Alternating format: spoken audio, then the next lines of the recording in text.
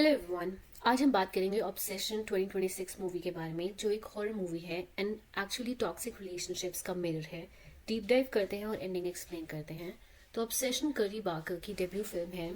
एक ऐसी फिल्म है जो सरफेस पर एक गौरी हॉरर मूवी लगती है, लेकिन एक्चुअली कुछ बहुत डीपर एक्सप्लोर करती है। ये सिर्फ स्केयर्स और ब्लड नहीं है, ये एक काफ़ी थॉटफुल एक्सप्लोरेशन है ऑब्सेसिव लव का, टॉक्सिक रिलेशनशिप्स का और उस पेनफुल सच का कि ऑब्सेशन और प्यार में लाइन काफ़ी थिन होती है। आज पूरी फिल्म का ब्रेक डाउन करते हैं, थीम्स, सिंबलिज्म और वो एंडिंग जो काफ़ी हॉन्टिंग है। पहले फिल्म का बेसिक प्रेमिस। बियर एक यंग मैन है जो अपने को वर्कर निकी से डीपली अट्रैक्टेड है। निकी क्लियरली उससे सिर्फ एक भाई की तरह दिखती है। वो काइंड है, केयरिंग है, लेकिन रोमांटिक इंटरेस्ट उसका जीरो है बियर की तरफ। बियर की फीलिंग्स अनरिक्विटेड है, लेकिन वो एक्सेप्ट नहीं कर पाता इस चीज़ को। डेस्परेशन में बियर का एक सुपर नेचुरल ऑब्जेक्ट यूज करता है, वन विश विलो जिसका नाम है, और विश करता है कि निकी उसे दुनिया से ज्यादा प्यार करे। विश ग्रांट हो जाती है, लेकिन जैसे मॉन्कीज पो लोअर में होता है, कॉन्सिक्वेंसेस डेवस्टेटिंग होते हैं उसके लिए। ये बेसिकली होमर सिम्पसन का मंकी पॉ एपिसोड था इंस्पायर्ड। डायरेक्टर ने खुद बताया है, हर विश ग्रांट होती है लेकिन कैटास्ट्रॉफिकली। फिल्म का जीनियस, दो लेवल्स एक साथ। जो चीज़ इस फिल्म को जेन्यूनली स्मार्ट बनाती है वो ये है कि ये साइमल्टेनियसली दो लेवल्स पर काम करती है। सुपर लेवल, एक कर्स है, कॉन्सिक्वेंसेस है, एक एंटिटी है जो निकी को पोजेस करती है। रियल लेवल, ये सब बिहेवियर्स जो पोजेस निकी शो करती है वो रियल लाइफ ऑब्सेसिव रिलेशनशिप्स में एग्जिस्ट नहीं करता। ये हॉरर मूवी एग्जैजरेशन है, लेकिन पैटर्न अनरिकग्नाइजेबल नहीं है। करी ने खुद कहा, you can market this as a gory slasher possessive film, but then you trick the audience into coming in to see a more psychological, thought-provoking movie. Beer का obsession पहले इनोसेंट लगता है, पहले पर्टिकुलरली रिलेटेबल लगेगा आपको, क्योंकि हमारे culture में वन साइडेड लव को ऑफन रोमांटिकली पोर्ट्रे किया जाता है। फिल्म्स में हीरो जो नहीं नहीं सुनता इवेंचुअली हीरोइन का दिल जीत लेता है। ये ट्रॉप डेंजरस है। बियर जेन्यूनली लाइकेबल है लगता है इनिशियली। वो निकी को जनरॉसिटी अप्रिशिएट करता है, उसके क्वर्क्स नोटिस करता है, लेकिन ये सब जो वो नोटिस करता है वो ऑब्सेशन की शुरुआत है, हेल्दी अट्रैक्शन की नहीं। निकी क्लियरली कम्युनिकेट करती है उसे। वो इयन के सामने ईयू बोलती है जब बियर का गर्लफ्रेंड की तरह उसे मेंशन किया जाता है। वो बियर को सैरा की तरफ डायरेक्ट करती है। ये डेक्लेरेशन है, लेकिन बियर का ऑब्सेशन इतना इंटेंस है कि वो सुन ही नहीं सकता। ये ऑब्सेशन का पहला साइन है, नो ना सुन पाना। पोजेस निकी रियल वर्ल्ड ऑब्सेशन का मिरर। जब विश ग्रांट होती है निकी इमीडिएटली चेंज हो जाती है, लेकिन ये न्यू निकी जो बियर से प्यार करती है नहीं है। डायरेक्टर ने इंटेंशनली एक एंटिटी क्रिएट की जो नहीं जानती एग्जैक्टली कैसे एक ह्यूमन वुमन बिहेव करती है, अनकैनी वैली इफेक्ट। और फिर जो बिहेवियर्स एस्केलेट होते हैं, ये सब real world obsessive relationship patterns है।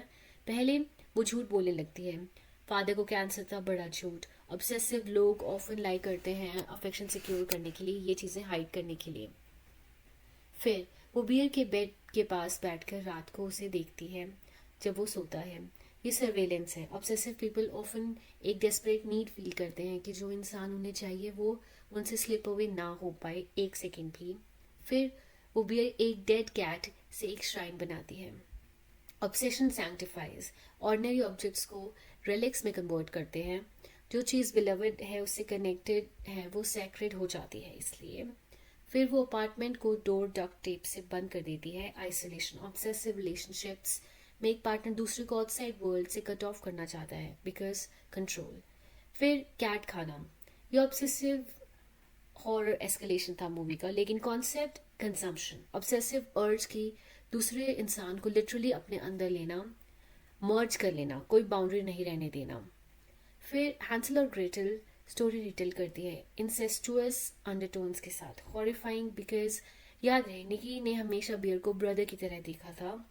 अब वो बाउंड्रीज कंप्लीटली डिसॉल्व हो रही हैं। डेस्परेट ऑब्सेशन में फंडामेंटल लाइंस भी मैटर नहीं करती। जो बियर करता है इक्वली इंपॉर्टेंट है। बियर भी ऑब्सेस्ड है।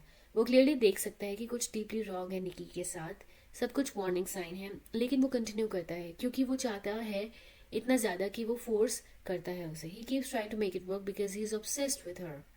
ये बहुत रियल है। हम सब ने या तो खुद एक्सपीरियंस किया है या देखा है एक रिलेशनशिप जहाँ सब कुछ क्लियरली गलत जा रहा है, लेकिन हम चाहते हैं टू मेक इट वर्क क्योंकि एक्सेप्टेंस पेनफुल है, क्योंकि लॉनलीनेस का फियर समटाइम्स अनबियरेबल होता है। सपोर्टिंग कैरेक्टर्स का ब्रिलियंट यूज किया गया है मूवी में। इयन जो बियर का बेस्ट फ्रेंड है उसको लगता है कि बियर निकी का फायदा उठा रहा है। सारा जो उसकी दूसरी फ्रेंड है सोचती है कि निकी बियर का फायदा उठा रही है। दोनों सेम रिलेशनशिप देख रहे हैं, अपोजिट कंक्लूजन्स निकल रहे हैं। ये डायरेक्टर का जीनियस है। ऑब्सेसिव एक simple black and white issue नहीं है, ये कॉम्प्लेक्स मेसी है। परफेक्ट पर्सपेक्टिव किसी के पास नहीं होता। और फिर रिवील होता है सारा बियर को लाइक करती है। इयन निकी के साथ फिजिकली इन्वॉल्व था। हर कोई अपना हिडन हिस्ट्री के साथ आ रहा है। जजमेंट करते वक्त ये याद रखना जरूरी है। निकी के क्लैरिटी मोमेंट सबसे हार्ट ब्रेकिंग पार्ट। पोजेस निकी के बीच बीच में मोमेंट्स आते हैं जहां एक्चुअल निकी वापस आती है। एक केस के टाइम वो पुल बैक करती है, कुछ रेजिस्ट करता है उसके अंदर। नींद में बात करती है, रियल निकी की आवाज आती है और बियर को कहती है मुझे मार डालो। वो ट्रैप्ड है अपने ही अंदर। हॉरर मूवी का एक्सटर्नलाइजेशन एक जेन्यून साइकोलॉजिकल एक्सपीरियंस का है। ऑब्सेशन के शिकार लोग ऑफन डिस्क्राइब करते हैं कि वो खुद से बाहर ले जाए जाते हैं। क्लियर मोमेंट्स होते हैं जब वो सब कुछ देख सकते हैं लेकिन रोक नहीं सकते। तो 3 ऑप्शंस हैं। कर्स एंड करने के लिए खुद मरो, कोई अपोजिट विश करे, या निकी के साथ फॉरएवर रहो। बियर एक मोमेंट में सुसाइड अटेम्प्ट करता है ग्रैंडमदर के बाथरूम में, लेकिन लास्ट मिनट पर चेंज ऑफ माइंड हो जाता है उसका। एक ब्रीफ ग्लिम्स दिखा, both of them genuinely happy together. ये वो रिलेशनशिप था जो कुड हैव बीन अगर विश कभी नहीं की जाती। लेकिन बियर ओवरडोज से मर जाता है। और शायद निकी ने एक क्रैक विलो से बियर के लिए विश की कि वो उसके फीलिंग्स रेसिप्रोकेट करे। जो बियर ने निकी के लिए किया वही निकी ने अल्टीमेटली बियर के लिए किया। बियर की डेथ कर्स लिफ्ट हो जाती है, निकी फ्री हो जाती है। फाइनल इमेज फिल्म का सबसे पावरफुल स्टेटमेंट।